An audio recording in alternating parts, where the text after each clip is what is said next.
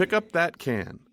Contextualizing tutorials, creating a story scenario in which they happen, lets us do more than just stop the game to teach players something. We get to add narrative value to the moment. Here, teaching the player how to throw objects is combined with a narrative setup that gives them a choice in how to respond. After watching the Metro cops casually abuse citizens, it felt right to put the player in a similar position next. If they had opinions on how the citizens should have reacted, now they get to express them. Playtesting showed most players either complied or refused the request to pick up the can, but some tried to avoid the confrontation entirely. Others would comply initially, then retaliate after feeling humiliated. By keeping the moment relatively constrained, in both terms of player actions and the space itself, we could generally react appropriately to whatever choice they made.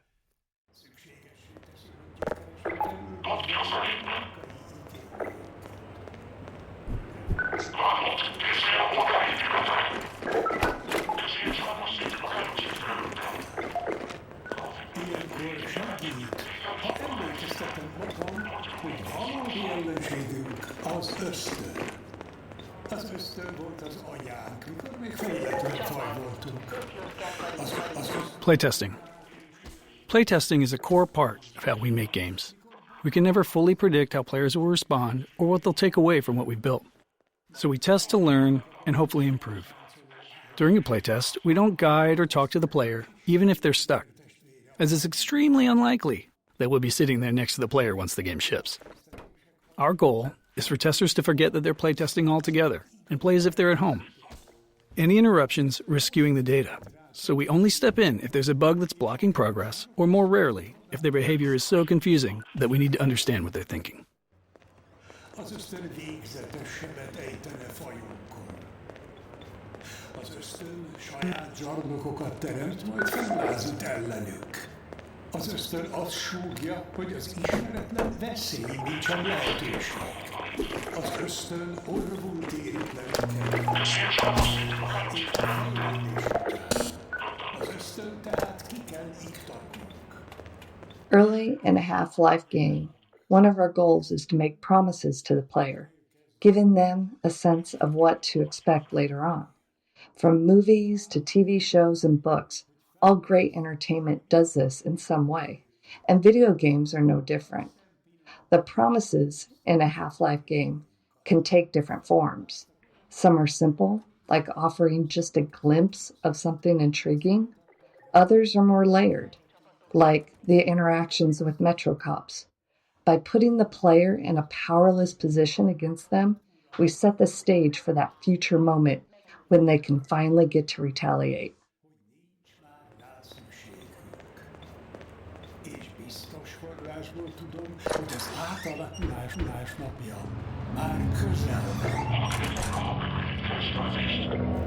The Citadel. We wanted the player's first view of City 17 to highlight the Citadel and its dominance over the city, representing the Combine's complete and total power over humanity. It also needed to serve as a clear goal. Even at the start, you can see where your journey ends. But despite its massive size, playtesters often missed it. A player's sense of depth and scale can be tricky on a computer monitor. If you've played any games in VR, you'll likely have noticed that scale feels more natural. Anyway, in this case, the Citadel's position above the player didn't help things either, which may be because FPS games train players to focus straight ahead or down at their feet. To improve the chances of players taking in the Citadel, we added birds flying towards the structure. A subtle trick we've found helps guide the player's view.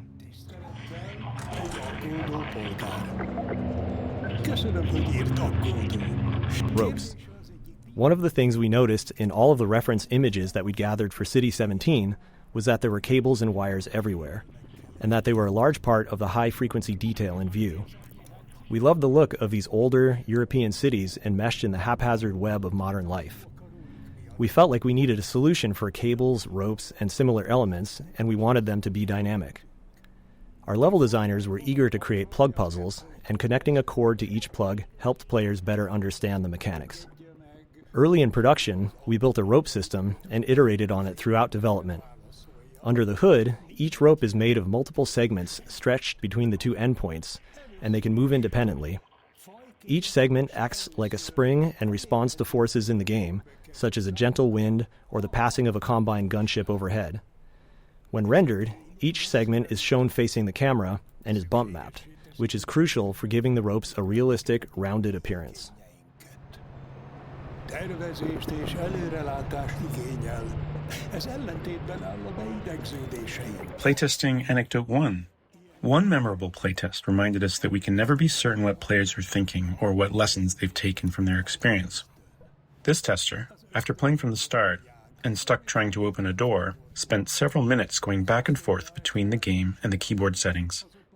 When we asked what they were looking for, they said they were searching for the inventory controls, thinking they could use an item they'd picked up earlier to unlock the door.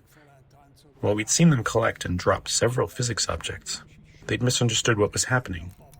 The tester believed that pressing the use key while holding an object moved it into an inventory because the item dropped straight down. We knew it was just gravity, but their assumption wasn't crazy. Some adventure games of that era did slide items into an invisible inventory that way. We explained there was no inventory, and the playtest continued.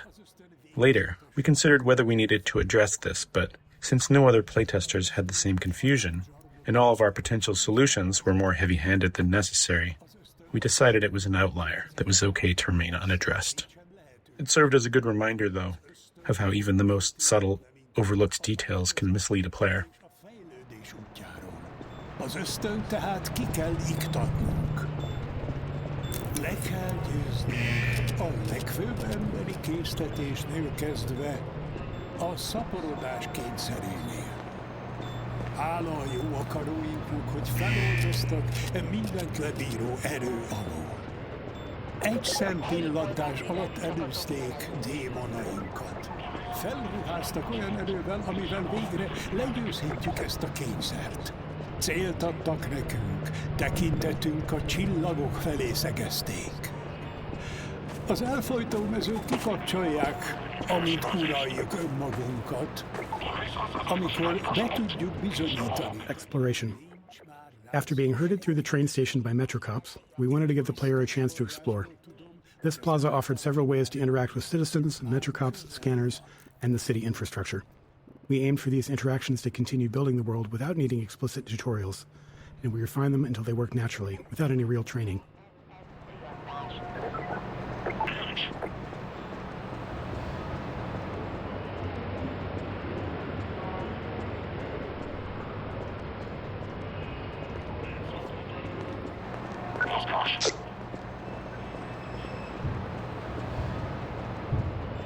Strider.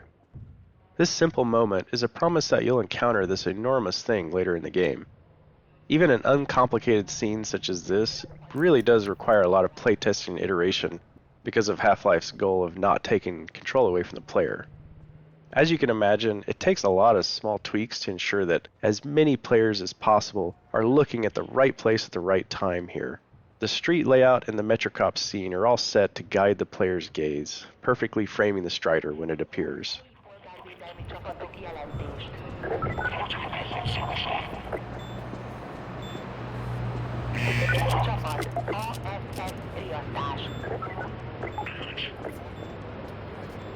Early game exploration.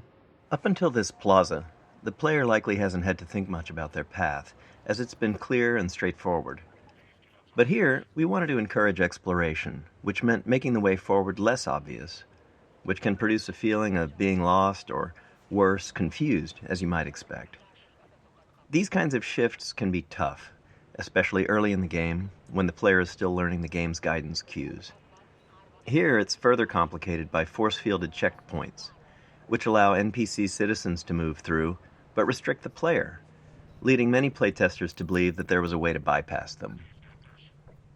Ultimately, it was extensive testing that helped us find the right visibility for the alley forward, using lighting, layout, and a wooden crate, an object players have already used as a sign they're headed in the right direction, all to subtly guide them forward.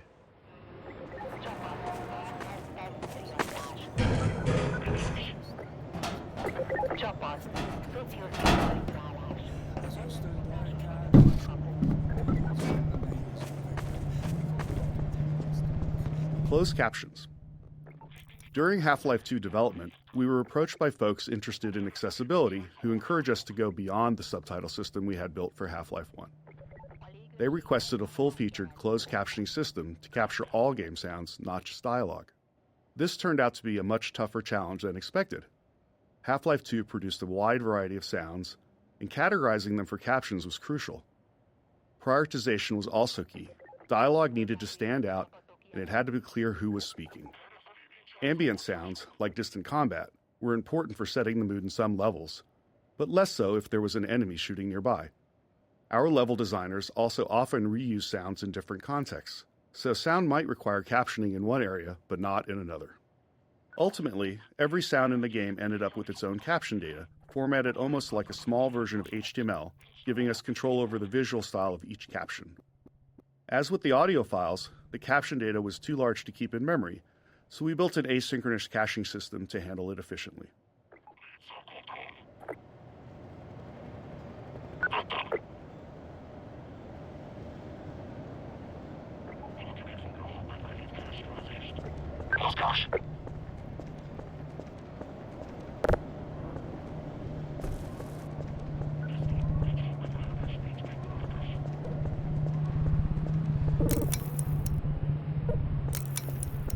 Mindig így kezdődik. Előbb egy épület, majd az egész tömb. Ide nincs semmi okuk jönni.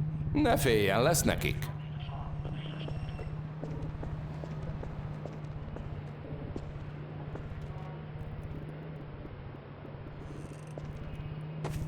Physics simulation.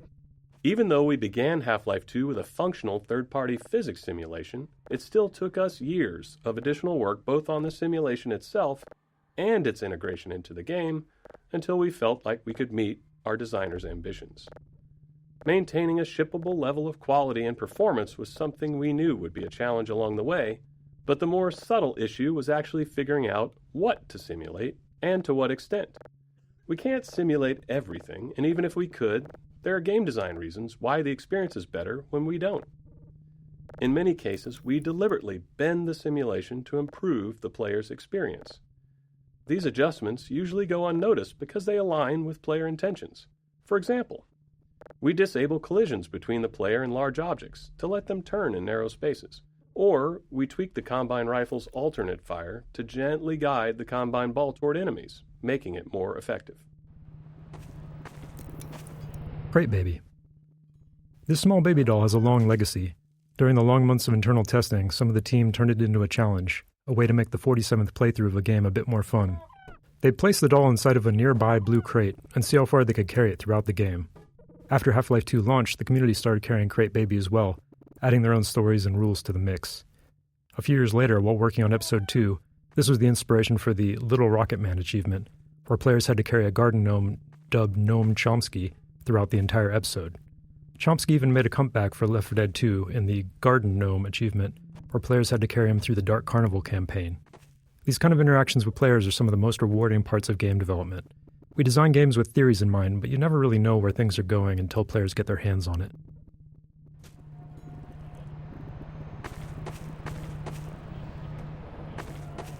Physics Simulation 2. Areas where game design or other constraints impacted the physical simulation often required extra tuning to keep the simulation from blowing up. As an example, early on we experimented with increasing the simulation on the player entity, which is to say, make player movement much more a part of the physical simulation of the world. We knew this might make movement feel less precise, but hoped it could lead to some novel experiences. However, after tuning the movement to match the less simulated version, we hit a major problem. The physical force needed for the player to move at their usual speed was so high that simply running into other simulated objects could result in death from the impact. We iterated on it, but ultimately couldn't find a solution we liked, and reverted to the less simulated movement. However, this wasn't exactly the easier path. It introduced new challenges with how the less simulated player interacted with the more simulated objects in the game. But it did allow us to deliver the precise movement experience we wanted.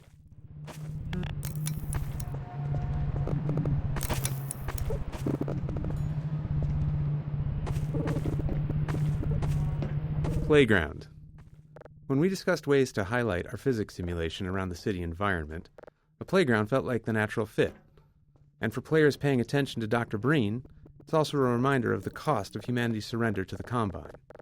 We chose a few playground structures with interesting physics potential and began tuning them. Even with the advanced physics simulation we had at the time, setups like this always required hand tuning, as we had fully simulated objects interacting with non- or partially simulated ones, such as the player or static world geometry. It might be easy to assume that a simulation can carry a lot of the load of implementation, but even now, 20 years later, that is rarely the case. Back when we were working on the playground, late in development on the game, we couldn't get the friction on the slide to feel right, so we decided to break the ladder so the player couldn't get up there. However, you still can just walk right up the front. As is commonly the case, you, the player, get the last laugh on us.